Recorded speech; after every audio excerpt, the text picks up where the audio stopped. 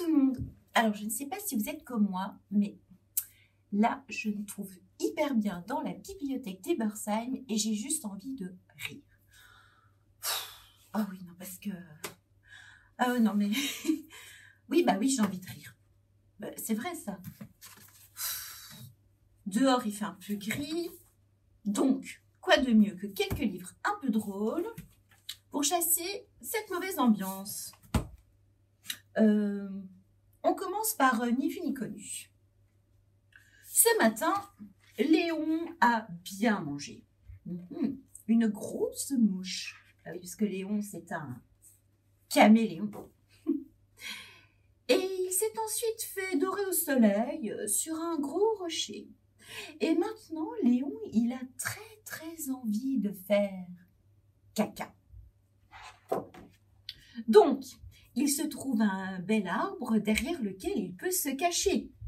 Mais au moment où Léon doit s'essuyer, zut là. Le truc qui arrive généralement au moins une fois par semaine, il n'y a plus de papier. La bonne blague. Léon cherche ce qu'il pourrait bien utiliser. Des feuilles? Bon, non, ça pique les fesses. De la mousse? Non, mais il va s'en mettre plein les doigts. Non. Tiens, cette vieille culotte, oui, ferait parfaitement l'affaire. Et voilà. Elle appartient sûrement à quelqu'un. Cela dit, se dit Léon, je ne vois pas qui s'aventurerait jusqu'ici. En plus, elle est toute trouée. Bon, allez, hop, Léon s'essuie les fesses, schlac, et une fois son forfait accompli, zoup, il jette la culotte dans un buisson et s'en retourne sur son rocher. Eh oh! Non mais oh, faut pas se gêner, hein? Quoi? Hein? Qui m'a parlé? Eh oui, toi là, tu crois quoi, que je t'ai pas vu? Et on scrute les environs et personne. Y a quelqu'un? Y a quelqu'un? C'est moi, ta conscience. Ma conscience? Qu'est-ce que c'est que ça, ma conscience? Je suis la petite voix qui résonne dans ta tête chaque fois que tu fais une bêtise. Mais je n'ai rien fait, moi, pense Léon. Tu es sûr? Certain, promis, juré, craché? C'est-à-dire... Oui, enfin bon, il y a bien ces culottes. Ah, on y vient. Et depuis quand on a le droit de toucher aux affaires des autres, hein? Qu'est-ce qu'on apprend à l'école? Mais c'était une vieille culotte pleine de trous. Je me suis dit qu'on avait dû l'acheter là, quoi. Et bah, voyons. Et tu t'es pas dit que son propriétaire aurait pu la perdre, hein? Ou qu'on lui avait volé, hein? Tiens, peut-être même qu'il venait juste de la laver et qu'il était parti faire un tour dans les bois en attendant qu'elle sèche au soleil. Mais Léon se sent tout bizarre. Bah ouais, la petite voix, elle a pas tort. Tu sais ce qu'il te reste à faire maintenant? Allez, frotte! Et fais pas semblant, hein? Je ne veux plus voir aucune trace. Trace de quoi? De... Merci. Et quand tu as fini, tu la mets à sécher, hein, et tu disparais. Tu disparais à jamais. Petit caméléon. Caméléon.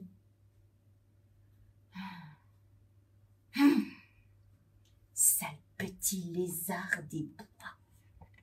Sale petit lézard des bois. T'as conscience? C'était moi. Une vieille culotte pleine de trous. Une vieille culotte pleine de trous. Hein? La prochaine fois, je te mange. Non mais une culotte pleine de trous. Allez, zou. Super lapin. Culotte pleine de trous. Comme quoi, faut vraiment se méfier des apparences, hein. Vous l'avez compris, c'était pas du tout une culotte pleine de trous. C'était un masque. Allez, on continue. La tarte aux fées. Pas la tarte aux fesses, hein. Non, parce que la première page porte à confusion. Papa, j'ai faim. Papa, j'ai faim. Papa, J'ai faim. Voilà, voilà, voilà, ça vient, ça vient, ça vient. Monsieur est servi. Attention, attention, c'est chaud. Papa, c'est quoi ça? Ça. Ça, c'est comme, enfin, comment on dit? Une bonne grosse tarte au fait, rien que pour toi. Mais c'est bizarre ça, papa. On dirait des limaces. Des limaces? Ah non, non, non, non, non, elle est bien bonne celle-là. Tu crois que j'essaierais de te faire manger des limaces en les cachant dans une tarte? Oh, quelle imagination ces enfants. Et pourquoi je ferais un truc pareil, hein? C'est fou ça. Ah non, c'est fou. Parce que j'aime pas les limaces. Déjà hier, ta purée de licorne, elle avait un goût de vase. Et lundi, j'ai pas trouvé une seule arête dans ma soupe de sirène. Mais c'est très bon les limaces. C'est plein de jus. Ça croque sous la dent. Mais les fées, c'est encore meilleur. Tu sais que je me suis donné un mal de chien pour en trouver. Au marché, il n'y en avait plus. J'ai dû les attraper moi-même dans la forêt avec un filet à papillons. Allez, allez, mange vite, ça refroidit. Papa, pourquoi ils n'ont pas d'ailes, tes fées? Pourquoi? Parce que je les ai enlevées. Tiens, regarde, c'est écrit là, là dans le livre. Toujours enlever les ailes des fées avant de les faire cuire. Sinon, ça se coince entre les dents. Burk.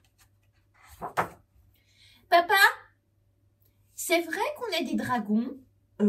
Bien sûr. Ah, bien sûr qu'on est des dragons. Attends, qu'est-ce que tu vas chercher là? Mon père était un dragon. Le père de mon père était un dragon. Alors, je vois pas ce qu'on pourrait être d'autre. Des crapauds peut-être. Non, je rigole. Évidemment qu'on est des dragons. Évidemment. Papa, si t'es un dragon, alors, tu dois savoir voler. Bien sûr que je sais voler. Bon, finis ta tarte. Et si je finis ma tarte, papa, tu me montres? Si tu veux. Bon, allez, mange. C'est vrai, hein? Promis. Oui, promis. Allez, mange. Fini, papa. Papa, t'as promis. Bon, je suppose que je n'ai plus le choix. Oh là là, mais c'est haut, hein, c'est haut. Tu regardes bien, mon fils, hein. Je le ferai pas 2 fois. Vas-y, papa. Ok, tu regardes, hein. Oui, papa, vas-y. Attention. 3, 2, 1, parti. Papa. Alors, t'as vu, hein? C'est facile. Waouh, papa. Oh, mais tu voles. Ben tiens, je vais me gêner. Bouge pas d'ici, hein, je vais faire un petit tour. Dis à ta mère que je risque de rentrer tard. Hein. Papa, attends, j'ai encore faim. Il reste de la tarte? Dans le frigo. Oh, maman, c'est lourd. Un petit effort, ma chérie. Pense à la bonne tarte que je vais te préparer avec ce gros dragon bien dodu. Merci Michel Escoffier et Chris Di Giacomo aux éditions Frimos. En plus, je crois que j'ai dit Michel, mais je crois que c'est Michael. Pardon, monsieur Escoffier. Michael. Bon. Ah non, mais c'est encore une histoire de gourmandise, enfin de repas, enfin de trucs bizarres quoi. Les lions ne mangent pas de croquettes. André Bouchard, chez Seuil Jeunesse, les lions ne mangent pas de croquettes. Bon, en même temps, je m'en doutais quoi. Pas de chien ni de chat, ont déclaré papa et maman. Comme Clémence est une petite fille obéissante, elle a donc amené un lion à la maison. En sortant de la salle de bain, la maman de Clémence a brusquement décidé de partir en voyage sans prendre le temps de caresser le lion. Chaque jour, Clémence sort le lion pour qu'il fasse ses besoins. Faire ses besoins, ça veut dire en fait faire caca et pipi. Difficile d'apprendre le caniveau à un lion. Le gros chat, qu'il est, préfère les grosses litières. Après avoir fait ses griffes sur les platanes et les feux rouges, le lion profite de sa promenade pour faire un peu d'exercice. Inutile de dépenser son argent dans l'achat de boîtes ou de croquettes, car le lion se nourrit seul.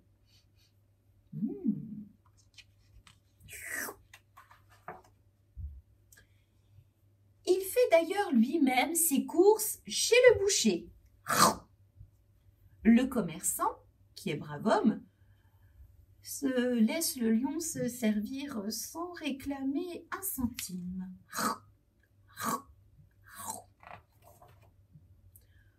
Comme le boucher, tous les habitants du quartier sont gentils avec le lion.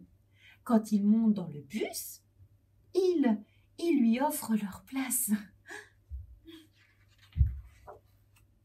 Et chaque matin, les passants consacrent un peu de leur temps à jouer avec le lion. Pendant qu'ils s'amusent, ils ne pensent plus à leurs soucis, bien sûr, ni à leur travail. Toutefois, le lion ne passe pas tout son temps à s'amuser. Il apprécie énormément la musique, par exemple.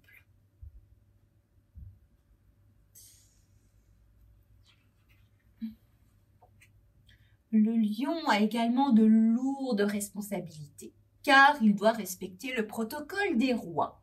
En effet, lui-même roi de la savane et des animaux, la bienséance lui impose de saluer le roi du pays dans lequel il séjourne.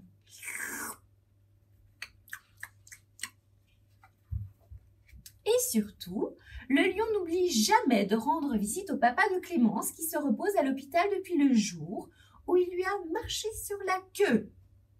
Le père de Clémence est très touché de savoir que le lion ne lui en veut plus pour la queue.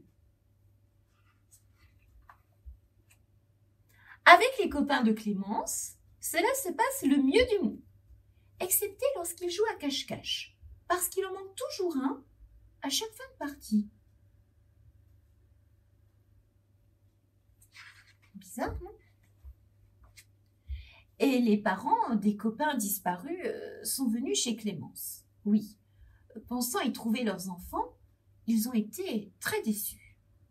Bon, fin psychologue, le lion a aussitôt calmé leurs inquiétudes.